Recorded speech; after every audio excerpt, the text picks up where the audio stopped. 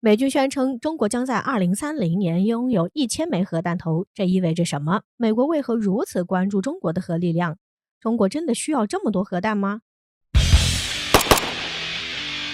近日，网上有新闻称，美国宣称解放军在未来5年拥有的可投送核弹头可能多达700枚，到2030年可能达到1000枚。而且美军在报告中承认，这一最新的评估超过了美国国防部在2020年预计的速度和规模。而在2020年代，美国就预计解放军到2025年有200枚能投送到美国的弹头。针对美国这一言论，很多人都能看出来，这是美国在极力的渲染中国威胁论，企图借着核威胁的舆论来抹黑中国。而且此次美国所提出的言论，除了重点提及解放军的核武力发展以外，报告也通过在常规武器方面来极力的渲染中国威胁论，还说到解放军正朝着本世纪中叶全面建成世界一流军队的目标不懈努力，并且在2027年将达到一个现代化的里程碑。不仅如此，美国还宣称解放军不断发展的能力和理念继续加强了中国能打仗打胜仗的能力，以此来提高对抗强敌的能力。从这里我们也可以看出，美国就从多方面来渲染中国威胁论。当然，这肯定是不能成立的，也是站不住脚的。实际上，这已经不是美国第一次借着中国威胁论来抹黑中国了。此前，美国就曾极力地渲染中国的核威胁，指出了在中国的西部可能有一个全新的导弹发射井基地的建设进度情况，并且他们还指出，根据他们的商业卫星照片来估计，中国已经建造了一个综合设施基地，包括大约110个新的导弹发射井，14个发射井的建筑工地已经建成，另外19个发射井的准备工作正在进行中。这就借着所谓他们所拍到的卫星云图，借此来推测中国在西北有多个导弹的发射井，极力的去渲染中国发展扩大生产核武器，渲染中国威胁论，以此来制造舆论的导向，极力的抹黑中国的形象。这肯定是很不负责任的，完全就是无理的猜测，根本也是站不住脚的。但是实际的情况是怎么样的呢？我们都知道，中国的西北有着很多的戈壁和沙滩。美国他们所谓拍到的中国导弹发射井的这张照片，其实就是中国西北地区的一个扇形的风力发电厂，而且这个地区本来就是很多的风力发电厂，所以这里会引起很多人的质疑，为啥中国要在靠风力发电的风电场这么近的地方建设如此庞大的导弹发射网络呢？这不就是极大的暴露了目标，且不利于人的活动。而且用地下发射井的方式发射导弹，其实就是冷战时期采用最多的做法，到现在已经很落后了。而且现在采用的都是机动发射，况且像这样布置发射网络，那在战争之中是最容易被摧毁的。即便是美国和俄罗斯在内，现在都有大量的发射井被遗弃，有的甚至出售用于建造末日地堡之类的民用设施了。所以连美国自己都不愿意采用的方式，中国怎么可能去采用呢？再者，洲际导弹作为一个国家的最高核心机密，怎么可能会在这个毫无遮蔽的戈壁滩上建造如此庞大的导弹发射网络？这完全就是自爆目标啊！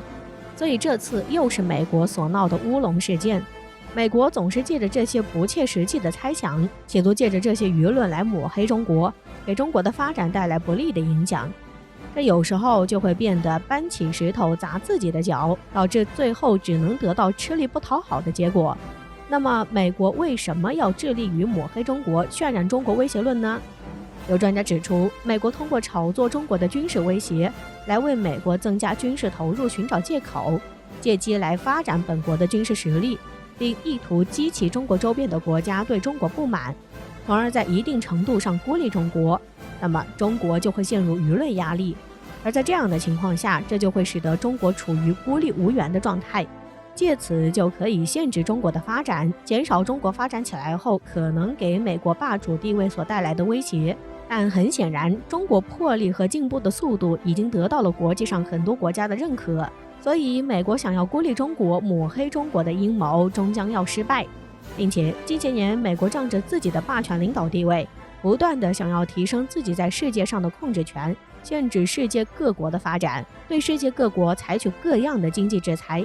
减少世界各国的发展壮大给自己带来的威胁。所以也采取了很多错误的做法，如引导伊拉克战争、阿富汗战争，这就给人们带来了沉重的苦难。在如今多元化发展的时代，中国对于美国这样无理抹黑和过度排挤的行为是绝对不会轻易妥协的，这反而加强了中国发展壮大的决心和信心，努力实现在各方面都突破美国的霸权主义和垄断，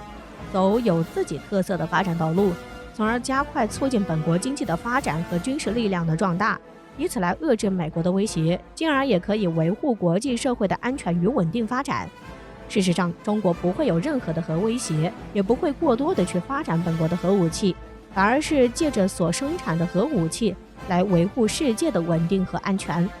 即使和美国发生大规模的战争，中国所有的核武器加起来，只要能够毁灭美国本土1次就好，而美国的核武器的数量可以毁灭中国本土10次之多，所以有更多的核威胁应该是美国而不是中国。此前，《纽约时报》的一篇报道公开了美国军事分析家艾兹伯格发表的一则消息，在60多年前，美国曾认真地考虑过对中国大陆进行一场核打击。当时还是1958年，大陆方面与台湾爆发金门炮战，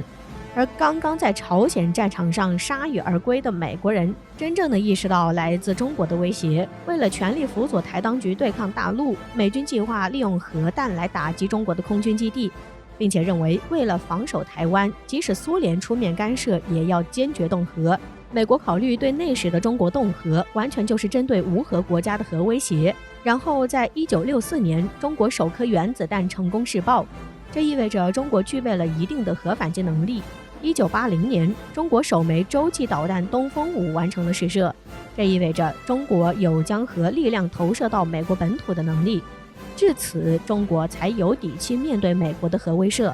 另外，之前美国和俄罗斯一直在谈判削减核武器的问题，也签订了相应的协议。也许是中国所采取的策略会对他们的谈判产生一定的影响，所以美国一直想拉中国加入他们这个协议。但是中国肯定是不会这么做的，因为真正要削减核武器的数量的是美国，真正给世界带来毁灭性威胁的国家也正是美国。因为美国依然拥有着与自卫需求不对应的巨大核武库，所以美国应当自己首先大幅度削减自己的核武器数量，为维护全球和平做出贡献。